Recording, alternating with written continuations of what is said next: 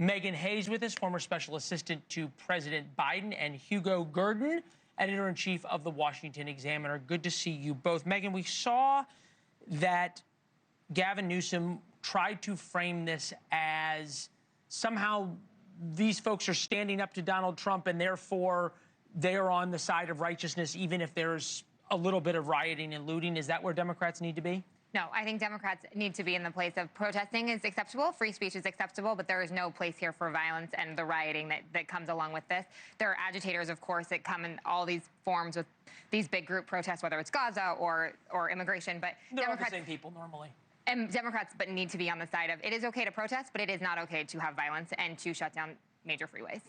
Hugo, what are you hearing from the White House on their strategy? Do they feel as though they are still on the offensive, if you will? Absolutely, they're on the defensive. This is an issue which plays terribly badly for Democrats. It's one where essentially they are siding where 80% of the country is opposed.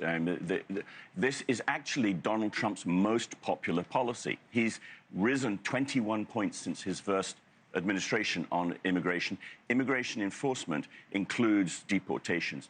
America agrees with him, and the Democrats have got themselves completely on the wrong side of this. So, yes, he's on the offensive. Democrats are deeply on the defensive. Yeah, Meghan, we had a congresswoman from California on at the beginning of the show, and she almost couldn't answer the question of, well, if you don't want ICE raids, why not eliminate the sanctuary city policies and state policy in California? Couldn't answer the question. But I think the more important question is this. Donald Trump is a genius at getting Democrats to take unpopular positions. Almost siding with rioters would be one in California. What do they do?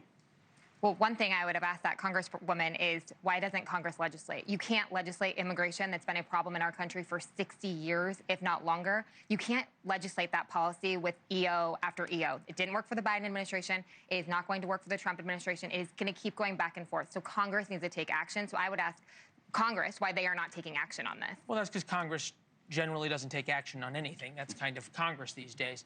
Hugo, where does the White House worry this turns on them? You know, I don't think that they're worried about this turning on them. You know, obviously, if there were some incident where the security forces got out of hand, then it could do so. But the likelihood of that is extremely slight.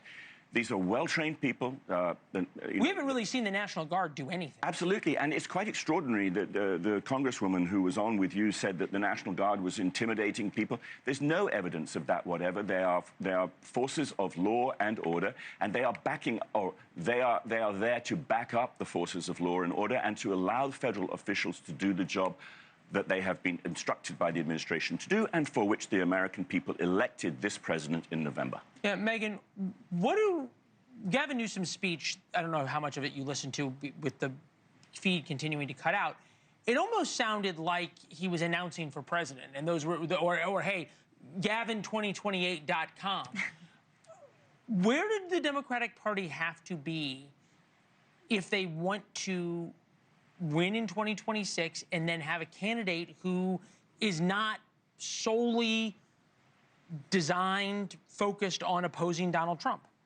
The Democrats need to be on the side of the economy. They need to continue their messaging of keeping the 14 million people on Medicaid and keeping 18 million students or kids getting food assistance. The American people care about how much things cost, and that's where the Democratic Party needs to be if they want to win in 26 and in 28. The immigration issue is not a good issue for Democrats, and unless they are going to be on the side of law and order, it is not going to be a winning issue. So I would highly guide them to the economy. If I could just say on that, I think that they have to be on the side of America. What allowed President Trump to be so appealing is that no one doubted that he was on the side of America. Since the Obama administration, there's been grave doubt growing in Americans' minds that the Democrats embody a strong prejudice in favor of their own country. Democrats have to get right on that. Otherwise, they will be regarded as suspect by the electorate. Well, it was interesting. You know, you're watching this protest. It's mostly Mexican flags. Yeah. And the Congresswoman was far more concerned, with the fact that ICE was arresting illegal immigrants than with the rioting and looting that had taken place and the violence against police officers in in Los Angeles. That's just not where America is. The curfew comes in an hour. Thank you both very much.